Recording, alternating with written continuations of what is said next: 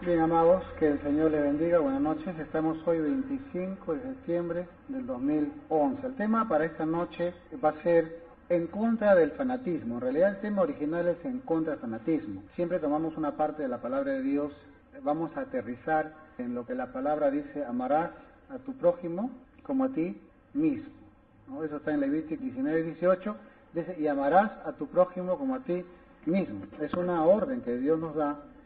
Y la pregunta es, ¿cómo nosotros debemos amar al prójimo como a nosotros mismos?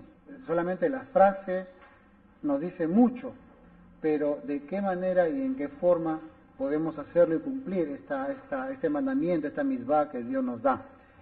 Y con la ayuda del Señor queremos en esta noche tratar. En hebreo, el Señor nos dice: reaptá le reajá camoja. Reaptá le reajá camoja. Le reajá, este verbo es un poco raro porque reajá, reaj, ra, viene de mal. Y esto tenemos que aclararlo a la luz del hebreo. No dice yadid, no dice, por ejemplo, reaptá yadid o reaptá jaber, sino dice reaptá reaj. Pueden buscarlo en cualquier diccionario Strong. El código es H7453, habla de rea, o la raíz es H7462, donde ya no es reya, sino es ra, que tiene que ver con la palabra mal. ¿Cómo yo voy a amar a mi prójimo mal? Porque eso es lo que dice así el original, si lo traducimos literalmente. En hebreo hay tres tipos de amistad. El primero es yadid, el segundo es jaber, y el tercero, en este caso, en donde la Torá, la palabra nos habla, nos dice con respecto a reaj. Yadid viene de yad, y yad significa mano, amigo de mano. O sea, yo te doy la mano, nos damos la mano, somos conocidos, ¿no? Hola, ¿cómo estás? Chao, hola, nos vemos, nada más. Es una amistad que no tiene mucha implicancia, es una amistad que solamente se saludan y no hay una amistad más profunda. El segundo verbo es jaber, viene de jibur, y jibur viene de unión, una unión fuerte. Tú conoces a tu amigo te conoce a ti, se conocen mutuamente, suben para acá, suben para allá, pero nada más. Es una amistad en la cual sí, lo quieres a tu amigo, pero ahí no más, no hay una amistad más allá de un querer y de un sentir. Pero hay una tercera amistad. Y esta tercera amistad es reaj, lo que dice el verbo. Reaptá le reajá camoja.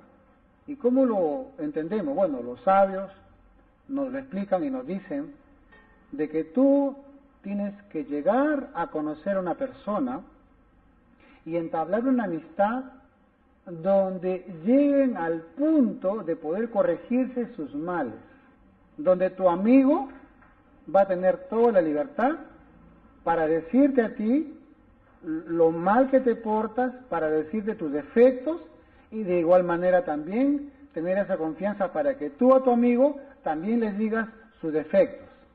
Ahora entendemos por qué la palabra dice le reajá, o sea, tener esa amistad en la cual con tu amigo se digan sus males para que se corrijan. Entonces, amar al prójimo, ¿qué significa? Amar al prójimo significa llegar a tener una amistad con mi prójimo de menos a más, de tal manera que yo pueda corregirle y él también me pueda corregir a mí. Está hablando de prójimo. Imagínense, el matrimonio es mucho más todavía que eso.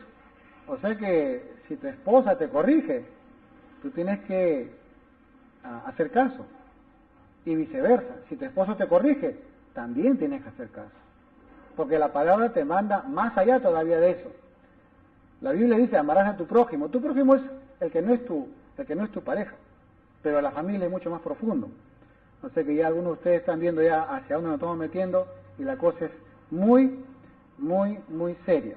Entonces, el nivel más alto de amistad tiene que ver con aquella facilidad de amistad que tienes para que tu amigo te corrija a ti y tú corrijas a tu amigo. ¿Estamos entendiendo hasta ahora? Simple, solamente tenemos que ir a los originales. Muy bien, pero hay un pequeño detalle. ¿A quién le gusta que lo corrijan? A nadie le gusta que lo corrijan. Y sin embargo la Biblia te dice a ti, te ordena: ama a tu prójimo para que tú lo corrijas. y tu prójimo te corrige a ti. ¿Qué pasaría con un mundo en el cual todos nos corregimos? No habría tantos errores. Y es lo que la Biblia dice, para evitar tantos errores. Si hay una de las cosas, uno de los mandamientos del cual a mí no me gusta, y si Dios me dijera que yo escogiera un mandamiento en el cual no tuviera que obedecer, sería esto: corregir a los demás. Es lo más difícil que puede haber. Es lo más difícil. ¿Por qué? Porque simple y llanamente uno corrige, redarguye, reprende, exhorta y no hacen caso. Entonces llega un punto, bueno, pues ya total que vive cada uno como le da la gana y se acabó y ya, pues ya verá cómo hace su vida. ¿Por qué? Porque total le he dicho que no haga esto, no haga aquello y no hace caso. Pues no hace caso. Bueno, entonces la clásica es: ¿qué pasa cuando una persona se ofende por lo que tú le has corregido? ¿De quién es el problema? ¿Del que corrige o del que tiene el defecto? Que una hermana dice, la culpa es del que tiene el defecto. No, no es así. La palabra dice que aquel que corrige no sabe llegar a la persona, que es muy diferente. No sabe llegar a la persona. ¿Cómo corregirlo? Cuando yo empecé el ministerio, empezamos haciendo entender a las personas sus errores. Pero no hacían caso. Además, se ofendían, se amargaban. Pero ahora, a la luz de la palabra, entiendo de que no era problema de ellos, el problema mío, que no llegaba yo, no sabía llegar al corazón de ellos. No sabía llegar al corazón de ellos. Por eso dice la palabra: ama a tu prójimo como a ti mismo. Te ordena la palabra a que tú te prepares para que tú puedas corregirte, para que tú puedas tener una vida ejemplar, de tal manera que también tú puedas corregir a los demás, pero mediante una amistad que va de menos a más. Tantas veces me ha tocado que yo he hablado, he corregido, y no me han hecho caso. Y cuando ha venido un siervo de Dios de otra parte, una persona que no es de acá de la congregación, y la persona, ese siervo de Dios, esa sierva de Dios, le habló, le corrigió e hizo caso. Y yo dije, pero si yo tengo 3 años diciéndole lo mismo y no me hace caso, y vienes tú y le hablas bonito y te hace caso a ti. ¿Cuál es el problema? El problema es que la persona que vino supo abrir el corazón de la persona, supo llegar a su corazón. ¿Por qué? Porque no fue por obligación, no fue por temor, no fue por fanatismo, sino llegó al corazón por amor de esa persona. Entonces, por amor uno tiene que corregir, no con angustia, no con dolor, nada de esas cosas. Es la forma como uno transmite la palabra de Dios, es la manera en la cual nosotros transmitimos la palabra de Dios, y debemos aceptar nuestros errores de la forma como hemos transmitido de una manera equivocada la palabra de Dios. Pero bueno, se aprende. Y en esta noche queremos nosotros, a la luz de la palabra, establecer de qué manera yo voy a transmitir la palabra, de qué manera yo voy a amar a mi prójimo como a mí mismo. Bien, aceptamos también que muchos siervos de Dios, muchas siervas de Dios, incluyo pastores, hermanos, hermanas, hacen daño cuando predican. Más daño que bien cuando predican. Eso tenemos que admitirlo, amados hermanos. Porque predican de una forma aterradora, ¿no? En una forma insultante, en una forma fuerte, y obligan a las personas o todo o nada. Es una forma tremenda. Otros dicen, ya, rápido, arrepiéntete. Y no dice así la palabra de Dios que tenemos que hacerlo. Hay otros hermanos y hermanas que, pues, viendo la forma como se predica, por último no dicen nada. ¿Por qué? Porque tampoco no quieren cometer el error de los que insultan, de los que aterran, de los que amenazan, ¿no? Vas a ver inmundo, sucio, asqueroso, pecador inmundo, vas a ver todo lo que sale, pues no, no solamente por acá, sino por otras partes.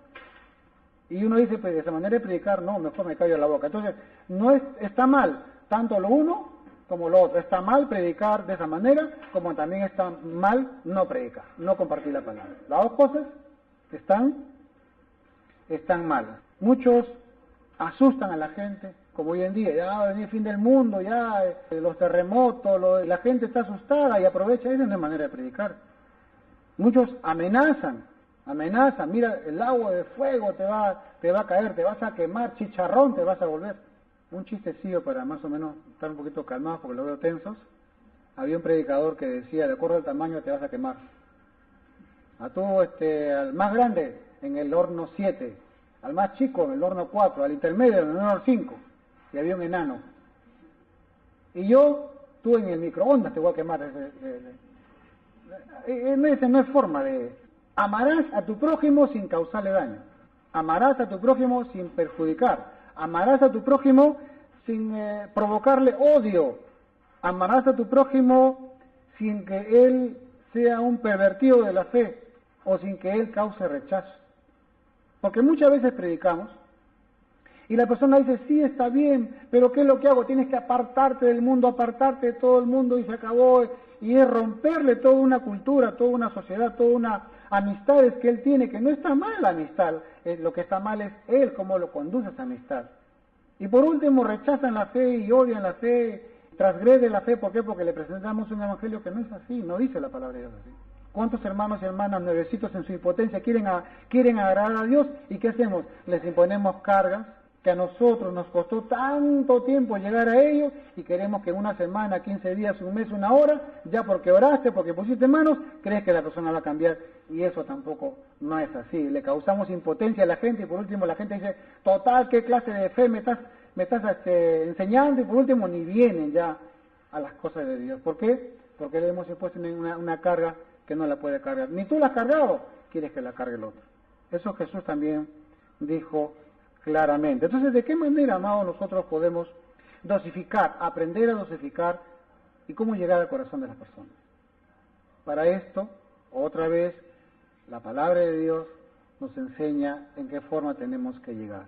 Si usted va al Evangelio de Juan, capítulo 10, verso 22, usted va a encontrar ahí, en el Evangelio de Juan 10, 22, que el Señor Jesucristo estaba celebrando una fiesta judía. Se lo voy a leer. Dice acá, Juan 10, 22, dice, celebrabas en Jerusalén la fiesta de la dedicación. El Señor Jesucristo iba a Jerusalén, ¿para qué? Para la fiesta de la dedicación, que también se llama la fiesta de las luces, en hebreo se llama la fiesta de Hanukkah. Ya muchos saben, solamente quiero hacer un recordatorio. Hanukkah es una fiesta que se celebra para cuando los griegos tomaron Israel, quisieron dominar, esclavizar a Israel. Esto sucedió más o menos en el 380 antes de Jesucristo. El nombre en castellano es los macabeos, macabí, los macabeos. Eso lo puede encontrar usted en la historia de los judíos, usted lo puede encontrar en los libros apócrifos, en las Biblias católicas, ahí está los macabeos, uno interesantísimo. Es historia, por si acaso. Eso no es mentira, ni es apócrifo, eso es historia del pueblo judío. ¿Qué pasó ahí? Resulta que los griegos llegaron a Israel y para esto hay que entender la forma como ellos dominaban a los pueblos, como un pueblo conquistaba a otro pueblo. Usted podía quitarle la plata al pueblo, no pasaba nada. Usted podía quitarle sus tierras, no pasaba nada. Usted podía quitarle a sus habitantes, no pasaba nada, no había problema.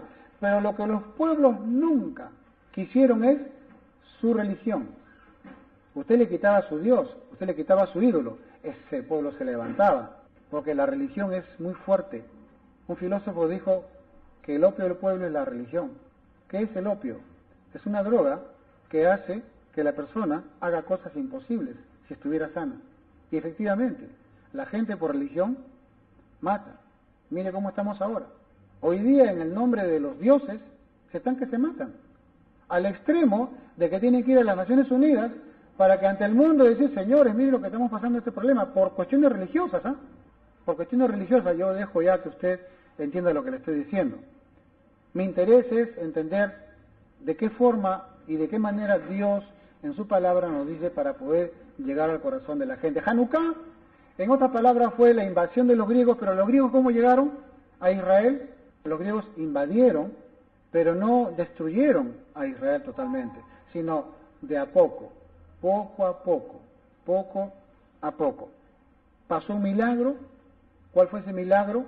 Que cuando Judas Macabí o los hermanos macabeos o los asmoneos o los asmonashí, ellos retomaron Israel, tomaron el templo y a la hora de que ellos querían dedicar el templo, lo purificaron, lo limpiaron Y ustedes todos saben ya que el templo está considerado por el atrio, el lugar santo, el lugar santísimo. En el atrio estaba el lavacro, el altar del incienso, el altar del sacrificio. En el lugar santo estaba la menorá, el candelabro, estaban los panes de la preposición, estaba el altar del incienso. En el lugar santísimo estaba el arca con los querubines.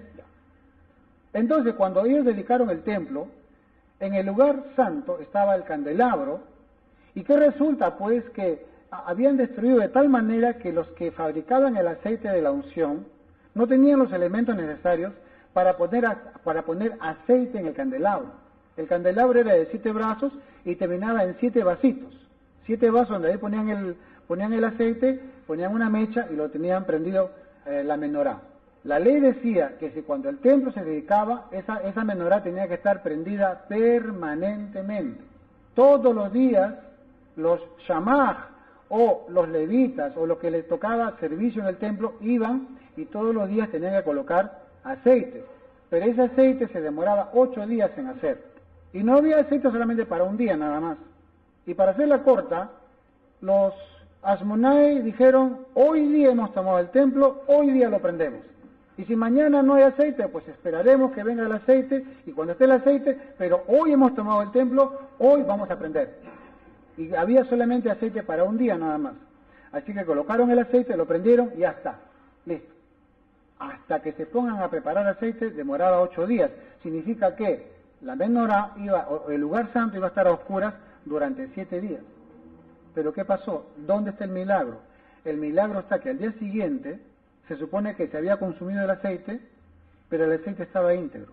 Y así durante los 8 días la menorá estuvo prendida con el aceite lleno. Fue un milagro de Hanukkah, el milagro de las luces, del cual el mismo Señor Jesucristo también celebró. ¿Por qué? Porque Él estaba también ahí, Él es Dios, Él fue el que mantuvo 7 días prendido el candelabro, porque eso es luz a las naciones. Hasta ahí la historia de Hanukkah, ¿está muy bien? ¿Está claro? Nos hemos recordado cuál es la historia de Hanukkah. Pero ¿cuál fue la estrategia de Grecia? La estrategia de Grecia fue que inmediatamente llegó y tomó posesión. ¿Sabe lo que hizo? Primero lo que hizo fue anular la menorá. ¿Qué hizo los soldados griegos? Simple y llanamente no dejaron que haya servicio en el templo. Suavecito, primero por ahí, anularon el templo. A nadie le dijeron que no guarden Shabbat, que no circunciden a sus hijos, no. Simplemente ellos anularon el templo. Bueno, está bien, de a poquito.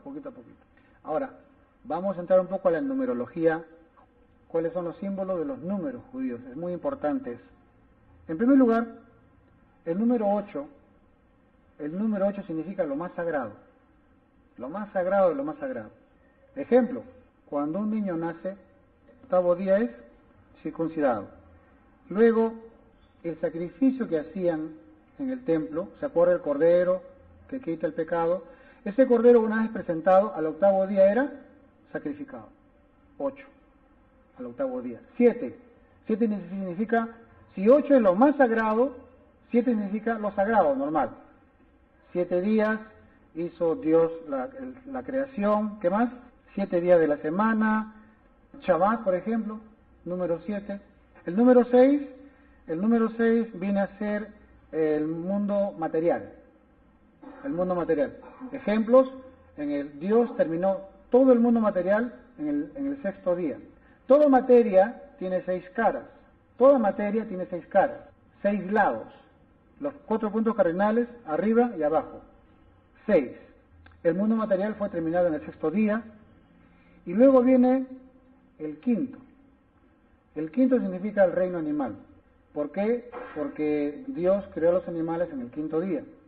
Los animales se dividen en 5 familias: peces, aves, insectos, animales domésticos y animales salvajes. 5. O sea, esa es la numerología, la Kabbalah, para poder entender un poco. ¿Cómo hicieron los griegos? Cuando encontraron al pueblo judío, lo encontraron en el grado 8º, en el más santo, en el más puro. El templo estaba ahí, hacían el sacrificio, hacían la circuncisión, 8º. ¿Qué hizo Grecia? ¿Los bajó al nivel más bajo? No, simplemente los bajó del octavo al séptimo, nada más. O sea que el octavo que hicieron, anularon el templo, no permitieron que se haga sacrificio y prohibieron hacer la circuncisión a los bebés. Pasó un tiempito, después empezó ya a atacar el Shabbat, 7. Otro tiempito más, empezó ya con la tierra, empezó ya los secuestros, empezaron ya las confiscaciones, 6. Y después, otro poquito más, ya Grecia empezó a exigir a Israel que se convierta como si fueran griegos. La cultura griega obligó para que Israel entre en el quinto puesto. ¿Cuál es el quinto puesto? El quinto puesto de los animales. ¿Cuántos conocen las Olimpiadas? Las Olimpiadas es un invento griego. ¿Y qué son las Olimpiadas? Las Olimpiadas no es otra cosa menos que la imitación de los dones que Dios dio a los animales. Por ejemplo, natación, nada como un pez, corre como un caballo, pelea como un oso. Eso es la cultura griega. La cultura griega es la degradación del ser humano solamente al ritmo animal. Y ahí fue cuando lo llevó al pueblo de Israel. El que quiere un poco estudiar esto lo puede ver en los Macabeos, está interesante, quiero resumir, para que usted entienda que la estrategia griega, ¿cuál fue? Bajarlo del octavo puesto, lo más sagrado, al séptimo, al sexto y al quinto. Esa fue la estrategia de Satanás. Esa fue la estrategia de los griegos. Muy bien, se levanta Judá Macabí, se levantan los asmoneos, hacen la guerra, hacen la pelea y recuperan Israel, recuperan el templo, viene el milagro de Hanukkah. ¿Y cómo hacen ellos para poder recuperar del quinto al octavo? Entonces acá viene una gran discusión entre dos siervos de Dios, que uno es Beit Shammai y Beit Hillel, muy famosos en el mundo judío. Entonces ellos dicen, ¿cómo conmemoramos en recuerdo de cómo los Hashmonashim recuperaron Israel? ¿De qué manera vamos a conmemorar para todas las naciones, para todos los tiempos? Entonces, Shammai dice, vamos a prender la menorá, el candelabro, ¿se acuerda? Tiene 7 brazos, y ellos dicen, vamos a apagarlo de a menos. Prendemos los 7 y después apagamos una vela, apagamos otra, hasta que la menorá quede totalmente apagada, porque así fue como los griegos conquistaron de a poco a los judíos. Hillel dice, no, al revés, con la menorá apagada, prendemos una vela, después prendemos la segunda, la tercera, la cuarta, la quinta y así. ¿Por qué? Porque así fue recuperado Israel. Israel se empezó a recuperar de menos a más. Ya usted está estableciendo ya en su mente de qué manera el diablo nos ha bajado de nivel y de qué manera en la estrategia de Dios también tenemos que subir de nivel. ¿De porrazo? No, etapa por etapa.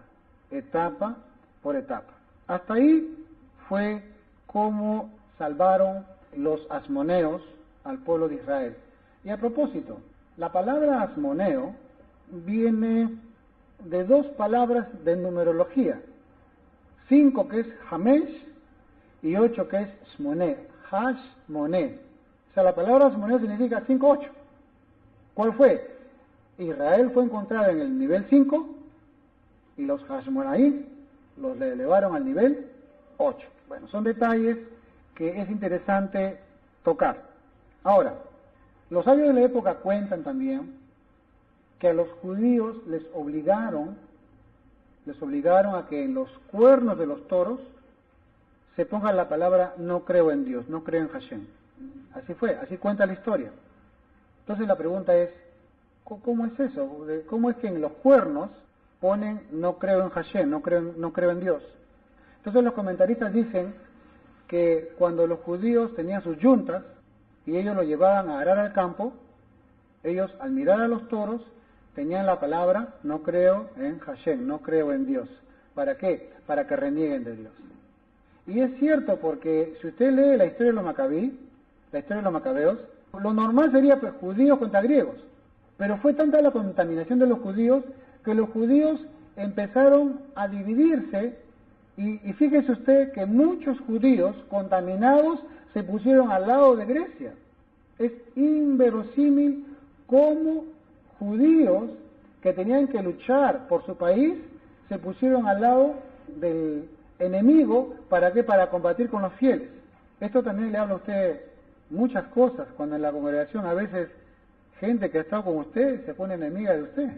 Pero ahí tiene los espíritus que ya de esas épocas ya están trabajando ya. ¿Qué significan los cuernos? Bueno, ya hemos dicho ya que en las yuntas colocaban ahí. Pero también hay otro comentario que dice que antiguamente no habían mamaderas. Los cuernos lo utilizaban como mamaderas. Los cuernos lo limpiaban, lo desinfectaban, le cortaban la puntita, le colocaban un trapito, le echaban la leche y ahí tomaba el bebé su leche. Así era antes la forma como se tomaba la leche en la antigüedad. Entonces, de tal manera que el niño miraba esa no creo en Hashem y la mamá también miraba no creo en Hashem, y era una de las formas de dominar del pueblo griego para que el pueblo judío deje de creer en Hashem, deje de creer en Dios. ¿Por qué? Porque ellos querían desaparecer la fe judía y que solamente sea la religión de ellos nada más. Esa es la estrategia. Y también, fíjese, que el pueblo de Dios utiliza para la teshuvá, para el arrepentimiento, ¿qué cosa? El shofar. En Yom Kippur, Día del Perdón, cuando van a celebrar la fiesta, los judíos, el símbolo del teshuvá es el shofar, el cuerno. La Biblia lo traduce como trompetas, no es trompetas, no existían trompetas en esa época, era el cuerno. Es un cuerno que los judíos lo tocaban para poder celebrar la palabra teshuvá. ¿Cómo es la forma del cuerno? Tiene un lugar ancho y termina en un lugar puntiagudo, delgadito. Bueno, esa es también la forma en la cual los Hashmonashim nos dicen: estábamos nosotros en el nivel más grande, estábamos en la santidad más grande, con el Betamishman, con el templo, adorando a Dios y estableciendo ahí los sacrificios. Y el pueblo griego, poco a poco nos fue dominando, nos fue quitando cada nivel, hasta llegar al nivel más bajo. Pero ahora, para recuperar, ¿cómo tenemos que hacer? Así como el cuerno de lo ancho viene lo delgado, también de lo delgado, poco a poco vamos subiendo por escalas hasta llegar al nivel en el cual Dios quiere que estemos nosotros. ¿Hasta ahí? ¿Estamos bien? ¿Está entendido? Entonces, ¿cómo yo debo de amar a mi prójimo? ¿Cómo yo debo de llamarle la atención? ¿Cómo yo debo de corregir sus males? ¿De porrazo? ¿Criticando? ¿Juzgando? ¿Amenazando? No. Poco a poco, porque así fue recuperado también Israel con los griegos. Ahora, acá hay otra enseñanza también muy importante que a veces no lo tomamos en cuenta. La menorá tiene 7 brazos. Si usted va a Apocalipsis capítulo 1, verso 12, por favor. En Apocalipsis capítulo 1, verso 12, Juan el apóstol dice que estaba en el día del Señor y Juan tiene una visión. Y vamos a ver qué es lo que vio Juan. Si usted va a Apocalipsis capítulo 1, verso 12, ¿qué dice ahí? Y me volví, Apocalipsis capítulo 1, verso 12, dice, y me volví para ver la voz que hablaba conmigo. Y vuelto vi, ¿qué dice? 7 candeleros de oro. Para el que no conoce la cultura hebrea, 7 candeleros de oro, 7 mechas, 7 luminarias, se queda pues sin piso.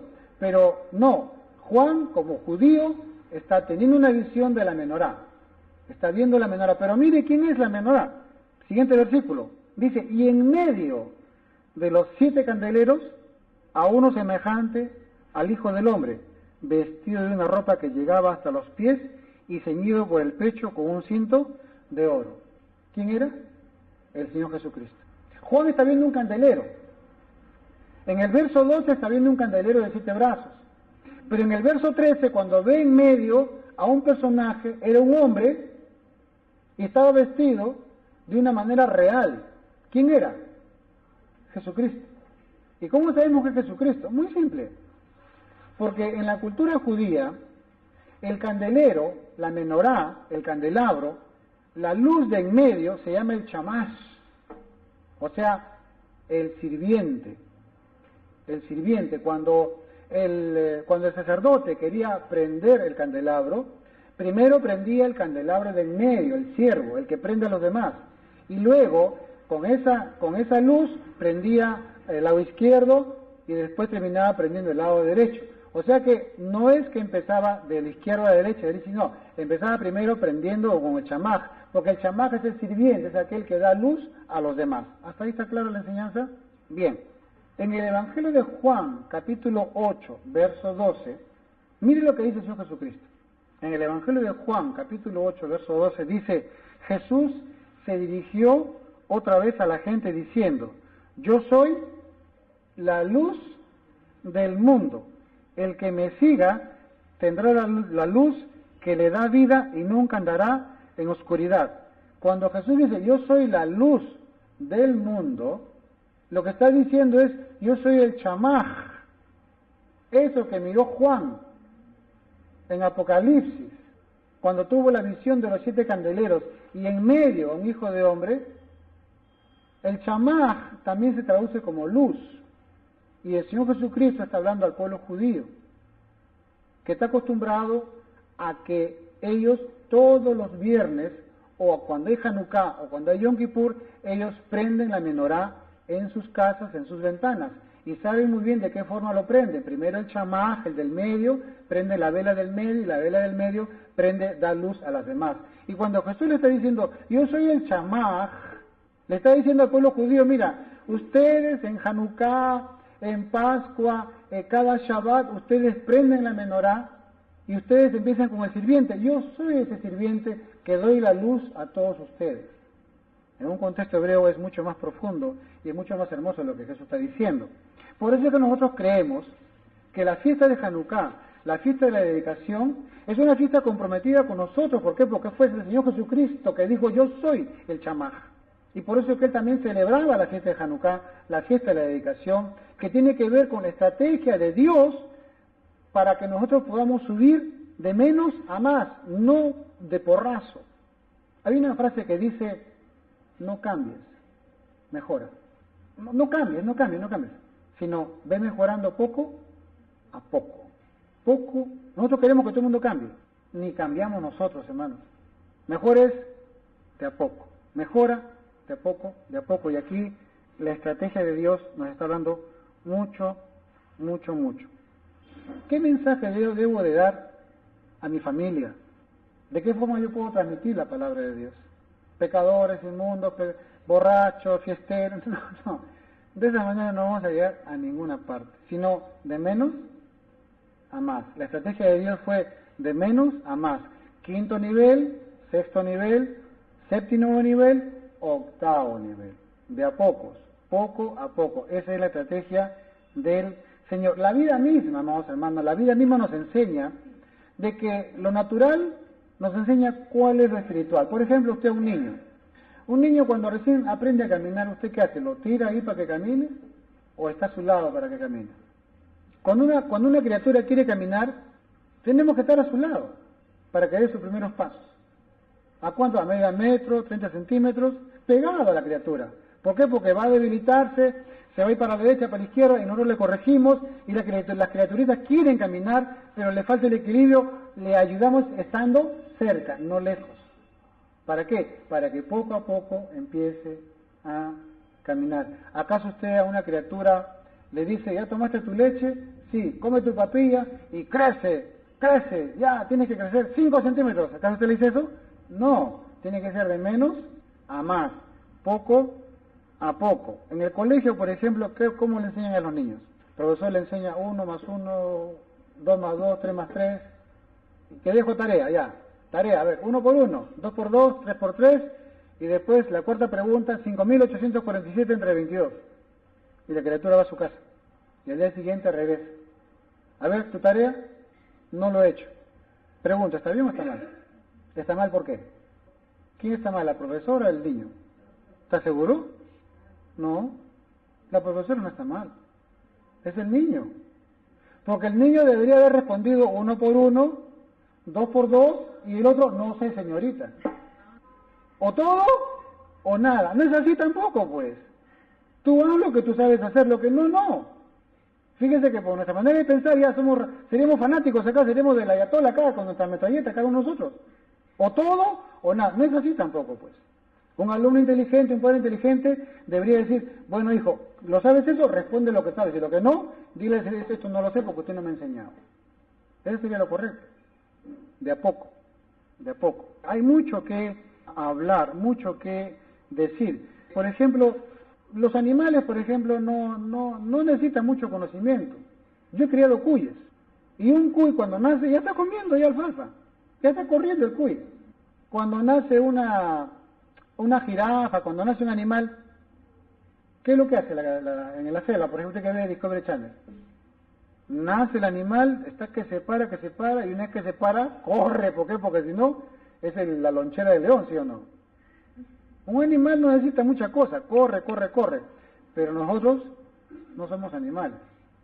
Necesitamos un proceso de menos a más. Por ejemplo, a mí me operaron de la vista, a mí me dijeron que yo iba a quedar ciego. Hasta que Dios tuvo misericordia mediante un médico joven en esa época, y el médico joven dijo, lo que pasa es que el doctor, el jefe de oftalmología, está un poquito cruzado. No, véngase más tarde, yo voy a verle. Y efectivamente, no, me dijo, lo suyo es fácil. Me operaron, estaba con los ojos vendados y ahora el tema era, me sacaban la venda y ahí sabía yo si veía o no. Era toda una expectativa, ¿no? Y yo me acuerdo que me lo sacaron primero en un salón oscuro. Después, poquito a poquito, abrieron las cortinas y poquito a poquito me fui acostumbrando a la luz. ¿Qué hubiera pasado si me hubieran sacado al sol y pum, me hubieran sacado la venda de los ojos? Me quedaba ciego para toda la vida. ¿Cómo fue? De menos a más. Fíjese que la naturaleza misma nos enseña cómo debemos ser en lo espiritual. De menos a más. ¿A cuánto Dios le está hablando en esta noche? ¿Cuántas veces hemos estado al prójimo, no? Yo tengo que amarte porque tú eres mi prójimo y tengo que decirte que tú eres así, que tú eres así. Así nos dice la palabra. La Biblia dice, y se lo repito, reatá, le reajá, camoja. Tú tienes que amar a tu prójimo como a ti mismo, de tal manera que tú tienes que llegar al corazón de la persona, abrir su corazón y tener una amistad de tal forma que puedas corregirle sus errores y él te lo corrija a ti también. Y sí que te molestes.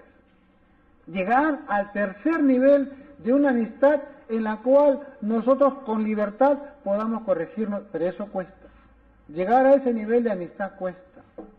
Deberíamos los matrimonios ser así, ¿no? Los matrimonios deben tener esa libertad de enamorados, decirse sus verdades para corregirse sin que se molesten. Esto nos enseña mucho para que podamos también instruir a los demás de qué manera también pueden formarse como parejas. Jacob, le hago recordar, él recibió la bendición de su papá de una manera, ya todos sabemos, infructuosa, le engañó al papá, se hizo pasar por su hermano, recibió la bendición, Esaú reaccionó y Isaac le dijo, ya no te puedo dar la bendición porque tu hermano Jacob se la llevó. Y lo persiguió Esaú a Jacob, lo quería matar, dice la palabra, de que como ya Isaac sabía que Jacob se iba a ir para siempre, porque el hermano lo iba a perseguir por todas partes, le dijo, mira hijo, por favor te ruego de que vayas y te cases con una chica que sea de tu misma fe. Vayas tú allá a la familia de tu mamá y cásate con una descendiente, no te cases con una goy, una gentil. Y se fue Jacob perseguido por el hermano. Esaú cuando se enteró, o sea que a mi papá le molesta que se casen con una goy. Fue Esaú y se casó con una ismaelita, desobedeciendo papá para darle cólera a papá. Jacob se enteró de eso y no puede ser. Encima que mi hermano no menosprecia la primogenitura, ahora hace familia, descendencia con gente. No puede ser. Y Jacob estaba en ese conflicto y camino a la casa de la familia de su mamá. Dice que Jacob decía, yo quiero que venga Elohim, yo quiero que venga Elohim justicia, Elohim castigo, tiene que haber justicia, castigo por este desobediente. Y Jacob en esa cólera, pidiendo justicia, se queda dormido, pone 2 piedras ahí y tuvo un sueño. ¿Y Dios qué le muestra? ¿Se acuerda cuál fue la visión de Jacob? La escalera. Y la Biblia dice que se presenta no Elohim, sino Hashem, el nombre. ¿Sabe qué significa Hashem? Misericordia. Para que usted tenga misericordia tiene que tener paciencia. ¿Por qué? Porque tú reaccionas y ahorita te pego, no, misericordia, ay, paciencia. Dios le dice a Jacob, mira, tú quieres justicia, quieres ya, no, tienes que tener paciencia. Y tienes ahí la visión, mira, la escalera, peldaño a peldaño, nivel a nivel. Esa es la forma como tú tienes que vivir ahora. Te doy la estrategia, porque muchos de nosotros nos ofenden, tantas cosas que pasamos y que nos atribulan y que oramos y queremos venganza. Queremos a Elohim, al Todopoderoso. Pero no viene Elohim, viene Hashem, viene el misericordioso, para que te enseñe a ti y a mí a tener misericordia con los demás. Y por eso Dios le dijo a Jacob, mira, te doy la visión, te doy la estrategia, peldaños, escaleras, de menos a más. Primer peldaño, segundo peldaño, tercer peldaño, cuarto peldaño. Otra estrategia a la luz de la palabra para entender de qué manera podemos llegar a los corazones de nuestros semejantes y de qué forma podemos realmente amar a tu prójimo. Reaptá, le reajá, camoja. ¿Cuánto estamos entendiendo ahora? Es un gran reto y gracias a Dios por esto. Bien, el Señor Jesucristo también nos enseña lo mismo. Yo quería con usted a esa parte donde nos habla de la paja en el ojo ajeno. Lucas capítulo 6, verso 42. Lucas capítulo 6, verso 42. Dice así la palabra, Lucas capítulo 6, verso 42. ¿O cómo puedes decir a tu hermano, hermano, déjame sacar la paja que está en tu ojo, no mirando tú la viga que está en el ojo tuyo? Hipócrita, saca primero la viga de tu propio ojo y entonces verás bien para sacar la paja que está en el ojo de tu hermano. Mire cómo el Señor Jesucristo nos está enseñando de que somos profetas, tenemos visión rayos X, ultrasonido, para ver los defectos de los demás. Con mucha facilidad vemos los defectos de los demás. Pero el Señor te está diciendo, aguanta, primero sácate, ¿qué cosa?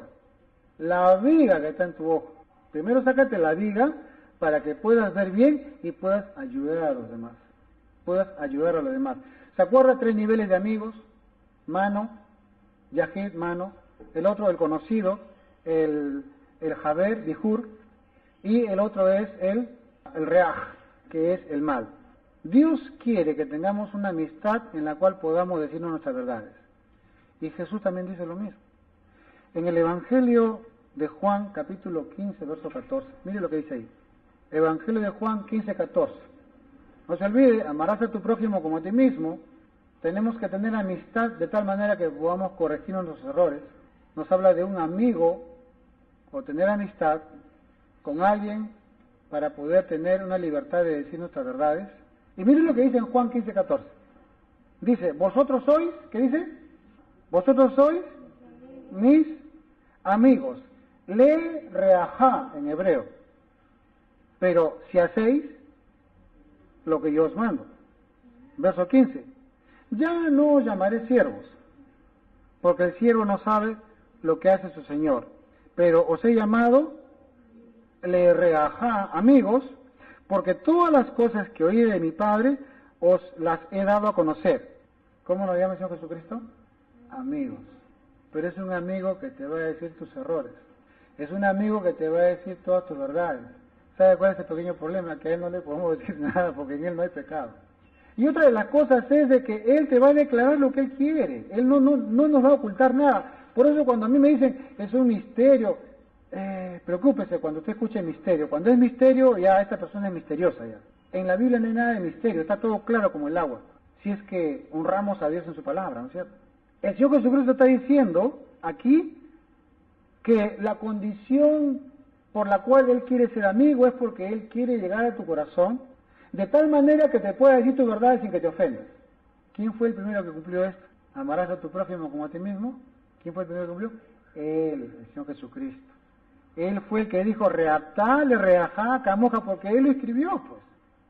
Y Él escribió y Él es el que lo está cumpliendo. Y nos habla a nosotros y nos dice que el verdadero amigo da su vida por su amigo. Muchos de nosotros creemos que aceptamos a Jesús Y como hemos tenido un Jesucristo pues de barro, un Jesucristo en una estatua, un Jesucristo clavado, inconscientemente tenemos a un Jesucristo que no puede hacer nada. Pero no, Cristo está vivo, Cristo no está en los altares, Cristo no está clavado, Cristo ha resucitado y está en tu corazón y en mi corazón para que Él haga lo que Él dijo desde el comienzo, reaptá, le reajá, camoja. Él tenga una amistad de tal manera que Él te pueda decir tus verdades, tus errores, porque el verdadero amigo es aquel que corrige los errores. O sea que cuando usted recibe una corrección, sepa de quién se lo está diciendo. Si usted tiene a Jesucristo en su corazón, es el Señor que lo está diciendo, a pesar de quien te lo diga, quien se acerca a ti, quien te habla a ti y te corrija, recíbelo de parte del Señor Jesucristo, porque esa es su función de Él, como buen amigo tuyo, como buen amigo mío. Decíamos temprano que la palabra dice que los discípulos estaban con el Señor, estaban contentos, felices, triunfantes. Qué bueno, Señor, te mataron y tú resucitaste, triunfaste sobre la muerte. ¿Dónde está, aguijón, tu muerte? Aleluya, gloria a Dios. Y los discípulos, pues, ¿qué se habrán imaginado? Uy, aquí nos vamos a Roma, nos vamos a otros países. ¿A dónde nos llevará el Señor? Qué tremendo rey, rey que puede gobernar sobre la muerte, rey que tiene poder sobre la naturaleza. Y Jesús dijo, bueno, chicos, me voy. ¿Y dónde más? Me voy a preparar morada para vosotros, pues. Ah, no, pues, si estaba bacán, la cosa estaba muy simpática, contigo todo lo podemos porque estás acá con nosotros. No, yo voy a enviar otro consolador. ¿A quién iba a enviar? Al Espíritu Santo. Para que haga la misma labor de Jesús, el amigo que te dice tus verdades, el amigo que te corrige. Por eso muchos hermanos y hermanas que han aceptado a Jesús como Señor y Salvador, la religión les ofrece libertad, la religión les ofrece el pago de todos los pecados, y muchos inconscientemente dicen, qué bien, todo lo que yo he pecado, el Señor lo ha pagado en la cruz, me lo ha cancelado, ahora no debo nada, ahora sí voy a pecar. Y dice el Señor, no, el Espíritu Santo te va a convencer de justicia, de pecado y de juicio para que ya no hagas lo que te dé la gana. El amigo verdadero va a venir y va a estar contigo permanentemente para que te corrija. ¿Cómo podemos ayudar a los demás? ¿Cómo podemos amar al prójimo? ¿Cómo podemos llegar al corazón de las personas? Una vez vi una escena por televisión, lo voy a contar porque me parece bien ilustrativa. ¿Cuántos se acuerdan de Kung Fu, la serie Kung Fu? ¿Se acuerdan Kung Fu? ¿Cómo se llama? David Carradine, el artista. Bueno, estaban en el oeste, imagínense el oeste americano, y había un fotógrafo que estaba tomando fotos por todas partes, y en eso toma foto a un indio. Y el indio no sabía nada, de una caja, y saca la foto, creo que de aguerrotipo se llama esa máquina, saca una foto y el indio ve su foto, y el indio se amargó, se ofuscó. En ese rato quería sacar cuchillo y matar al fotógrafo. Y todos lo defendieron al fotógrafo, y el fotógrafo se escapó. ¿Y qué cree? El indio lo buscó al fotógrafo para matarlo. Y lo mató el indio al fotógrafo. Y todo el pueblo lo buscaba al indio porque había matado al fotógrafo. Y en eso Kung Fu se encuentra en el camino con el indio y pelean con el indio. Kung Fu gana y dice, ¿qué te pasa? ¿Por qué quieres matar a todo el mundo? Y el indio dice, porque me han quitado mi alma. ¿Te han quitado tu alma? Sí, me han quitado mi alma. ¿Y cómo te han quitado tu alma? Mira, y le enseña la foto. Mira, acá está mi alma, mira, él me quitó mi alma, acá está mi alma en la foto. El indio, en su forma de creer, pensaba que le habían quitado su alma, su imagen en el papel. Y por eso quiero matar a todos los que tienen esta tecnología, porque están quitando el alma de la gente. Y no es así, no puede ser así, mi alma es mía. Y quiero que me devuelvan mi alma. Y el indio le dice, ¿tú me puedes ayudar? Y Kung Fu le pregunta y le dice, si yo puedo ayudarte, te ayudo para que se te devuelva tu alma, mediante una ceremonia. Entonces Kung Fu le pregunta, hermano, le dice, ¿qué es lo que tú crees? ¿O cuál es tu creencia? ¿O cuál es la ceremonia en la cual yo te puedo ayudar? Y la ceremonia era simplemente hacer una hoguera, quemar la fotografía y ya está, eso era todo. Kung Fu le dice, ¿esa es la ceremonia que tengo que hacer? Sí, por favor. Bueno, ¿cómo no? Hicieron la hoguera, quemaron la foto y el indio, recuperé mi alma. Es algo anecdótico, quizás tonto, pero el indio tuvo paz, porque en su forma de pensar recuperó su alma. Así hay mucha gente que cree que su alma lo tiene la droga, el vicio, las mujeres, el orgullo, la idolatría. ¿Le está diciendo algo este mensaje? Hay mucha gente que cree que su alma le ha sido robada y que se sienten esclavos de su carácter, de su forma de ser. Hay mucha gente que no les basta con que lo quieran, no les basta con que lo amen, no les basta con la gente que tiene alrededor, sino están buscando algo más que nunca lo van a encontrar. Y que la vida les va a alcanzar y al final no van a amar a nadie. ¿Por qué? Porque tienen un vacío en su corazón y piensan que encontrar la pareja perfecta, el amor perfecto, la condición perfecta, y nunca lo van a encontrar. Sus almas están perdidas como este indio que está matando. ¿Cuántas veces hemos matado las ilusiones de los hijos, de las esposas, por buscar nuestra alma? ¿Cuántas veces hemos malogrado hijos, hijas, esposos, esposas? ¿Por qué? Porque pensábamos que ellos nos habían robado el alma o pensábamos que ellos nos están interrumpiendo nuestro destino, etcétera, etcétera, y tantas tonterías que el pecado da. Entonces, ¿de qué manera podemos ayudar a semejante? Muy simple, al nivel como tú lo encuentras. Amar al prójimo también significa respetar lo que él cree, porque así le han enseñado, porque así lo cree. Entonces es de menos a más, de menos a más, de menos a más, poco a poco. Ahora entendemos cómo es amar al prójimo. ¿Cómo yo voy a amar al prójimo? Entendiendo, comprendiendo cuál es su manera de pensar. En los mensajes anteriores hablamos sobre el arrepentimiento y predicábamos sobre el tema del arrepentimiento, de qué manera tenemos que arrepentirnos. Y hicimos el símil de que el pecado en realidad es un síntoma de algo que está más adentro. ¿Por qué tomas? ¿Por qué fumas? ¿Por qué pecas? Hay una razón por la cual el hombre lo hace. Hay una razón por la cual el hombre se porta de esa manera. Llegar a esa razón, pedir a Dios dirección para que nos haga ver cuál es el trasfondo de por qué la persona, por qué el semejante es así, y sobre eso ayudarlo. Pero antes que ayudarle a ellos, tenemos que dejarnos ayudar nosotros. Antes de ayudar a los demás, tenemos que dejar que el Espíritu Santo primero nos hable a nosotros. No quiero desanimarlos, pero la Biblia dice que por cuanto todos pecaron y están destituidos de la gloria de Dios. O sea que a ti y a mí realmente nos falta ese gozo que solamente Dios da. Nos falta encontrar la razón de ser de nuestra identidad en esta tierra. ¿Cuál es? Es Dios. Tenemos un vacío que solamente Dios lo puede llenar, nada más. Y no lo podemos llenar con nada de esta tierra. Por lo tanto, cada uno arrastra un trauma, 2, 3, del cual nosotros, mediante el amor al prójimo, entendiendo y comprendiendo su pasado, podemos llegar a su corazón. Es que yo tomo bastante. ¿Cuánto tomas tú? Tomo 10 cervezas. Toma 9, pues ya. Toma 8. Toma 7. ¿Se acuerda de la estrategia griega? De más a menos. ¿Cuánto fumas? Una cajetilla. Ya pues, a ver, un cigarrillo menos cada día. Poquito a poquito. Poquito a poquito. Nosotros queremos cambiar el mundo y queremos cambiar de porrazo, y lo que le costó al Señor tanto tiempo ministrarnos, queremos que los demás lo hagan en un ratito.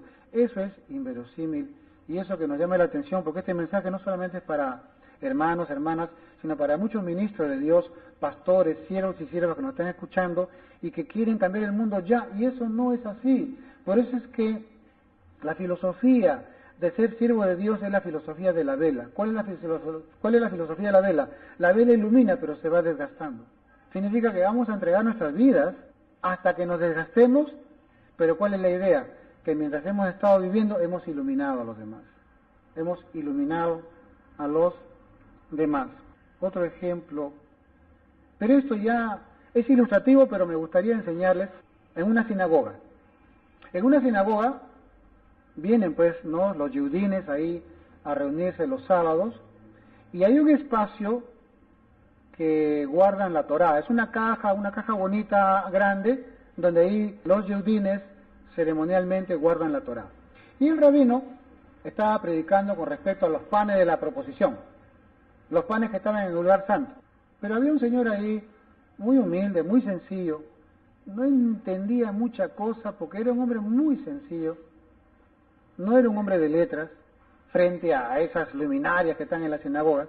Y de todo lo que habló el rabino, lo único que entendió era que a Dios le gustaban los panes. Nada más. Y los panes de la proposición eran panes especiales, porque eran panes cernidos 7 veces, preparados con mucha anticipación, de tal manera que por aquí, que por allá, y de todo lo que habló el judío, el rabino, este hombre sencillo entendió que a Dios le gustan los panes. Llegó a su casa y dijo a su esposa Rebeca, le dijo: Ribka, he aprendido por el rabino que a Dios le gustan los panes, y a partir del próximo Shabbat, por favor, tú prepárame los panes de la mejor manera, porque a Dios le gustan los panes. Y su esposa le dice: ¿es cierto? Sí, el rabino dijo que le gustan los panes, de su manera de entender, pues, ¿no? Y la pobre mujer, el día jueves, preparando la masa, por aquí, por allá, preparó el pan, lo puso en una canastita, y el día sábado este hombre sencillo iba con un trapito, y en forma humilde estaba todo el día en el culto, hasta que terminaba el culto, todos se iban, y él humildemente iba y lo ponía al lado del libro de la Torá, el pancito, y él se iba para que Hashem, Dios, coma el pan, porque a Hashem le gusta el pan. Entonces, ya en la oración de la noche, de las 6 de la tarde, iba el chamaj.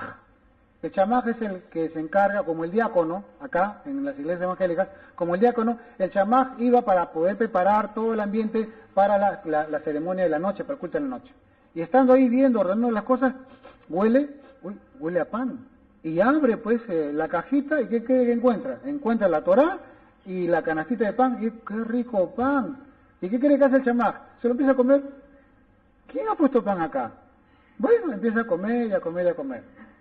Y así fue todos los Shabbat, este viejito humildemente, en su ignorancia, en su limitación, iba y presentaba el pan, y el chamaj, sin vergüenza, se comía el pan. Y el chamaj ya estaba gordo de tanto pan. Un día el rabino se queda ahí porque tenía que preparar el mensaje, como a veces yo me quedo acá también para preparar el mensaje, y ve una cosa rara. Ve que el viejito llega con su ¿cómo se llama? Cestita de pan, lo pone ahí en el receptáculo, y el viejito se retira, y lo ve al diácono, al chamás que viene, y come pan. Y el rabino no entendía: ¿qué está pasando acá? Uno trae el pan y el otro come. No, algo está pasando. Así que el rabino lo llama al viejito y le dice: hermano, ¿usted pone pan acá? Sí. ¿Y por qué pone pan? Es que a Hashem le gusta el pan. Y el rabino dice: ¿qué Hashem? ¿Y qué Hashem? Es el chamaj, es el diácono que se está comiendo el pan, está gordo el diácono de tanto pan. ¿Qué Hashem no lo come? No lo come. Eso era en el templo antiguo, ahora ya no, ya. Ay, Dios mío, mi ignorancia, perdóneme, rabino, y ya no lo volvió a hacer este viejito, preparar el pan. Hasta ahí terminó el ejemplo. Viene otro rabino mayor a esa sinagoga y se entera de esto, y lo llama al rabino, le dice: ven para acá, oye, ¿tú sabes lo que has hecho? No, ¿qué he hecho? Desde la época del templo de Salomón hasta la época del segundo templo, hasta ahora Dios nunca se había gozado como en aquellas épocas, por este pobre viejito que traía pan, y que Dios veía el corazón de este viejito, y que Dios y Hashem se gozaba con esa actitud. Aunque parezca fuera de lugar, aunque parezca que no tiene nada que ver con la fe, pero el corazón del viejito, con mucho amor, traía ese pan, y Dios se complacía de esa ofrenda que este viejito hacía a Dios.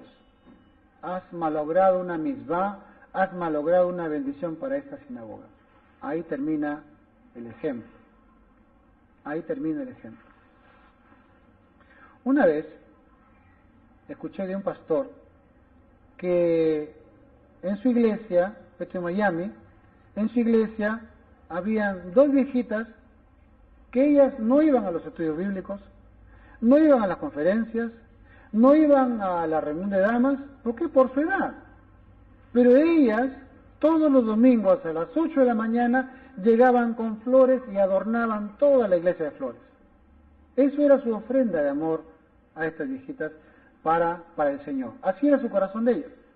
Un día, el pastor radical le dice: hermanas, ustedes vienen solamente los domingos, vénganse también los días tal.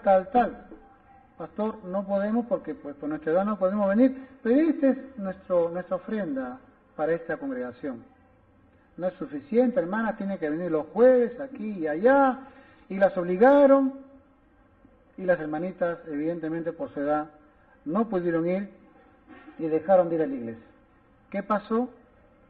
Esa iglesia, el templo, el local, resulta que era de un privado y se acabó la gracia que daba era un cubano, la gracia que daba a esta congregación para que tengan ese templo, y el cubano vendió el templo y perdieron todo. ¿Por qué? Simplemente porque Dios le agradó la ofrenda de estas flores, de estas viejitas, pero el pastor quería pues un nivel mayor y no se podía hacer eso. ¿Por qué? Porque uno tiene que amar a las personas en el nivel que son. ¿Cuál fue la estrategia de los griegos? Poquito a poquito bajar de nivel. ¿Cuál es la estrategia de Dios? Poquito a poquito subir de nivel. No podemos exigir a nadie, no podemos elevar a nadie, no podemos, amado hermano, ir más allá de lo que la misma naturaleza nos dice, de menos a más. De esto podemos sacar muchos ejemplos, pero por limitación de tiempo quiero terminar diciendo, Jesús dijo, yo no he venido a que me sirvan, sino he venido a hacer chamaj, Ahora escuche lo que le voy a decir. El Señor Jesucristo nos dio una enseñanza. ¿Cuál fue la misbah, o el mandamiento, o la instrucción del Señor Jesucristo? Él dijo, el mayor servirá al menor. ¿Qué dijo el Señor? El mayor servirá al menor. Jesús dijo, ejemplos he dado para que así como yo los hago a ustedes, ustedes también hagan a los demás. ¿Qué hizo el Señor Jesucristo, amados hermanos? ¿Se acuerdan? Sacó un lavatorio, sacó una toallita, ¿y qué hizo el Señor Jesucristo? Empezó a lavar los pies de los discípulos. El oficio más humilde, el oficio más bajo de aquellas épocas. Jesús dijo, el que se humilla será exaltado, el que se exalta será humillado. Solamente estoy diciendo frases porque el Espíritu Santo a cada uno de ustedes y de los que están escuchando les va a hablar. Todos nosotros debemos de ser el chamaj. Todos nosotros no debemos pedir que otros nos sirvan, tenemos que servir a los demás. Si Dios nos ha dado tanto, el Espíritu Santo, nos ha dado la sabiduría, nos ha dado talentos, dones, ministerios, nos ha dado toda la plenitud del reino de Dios.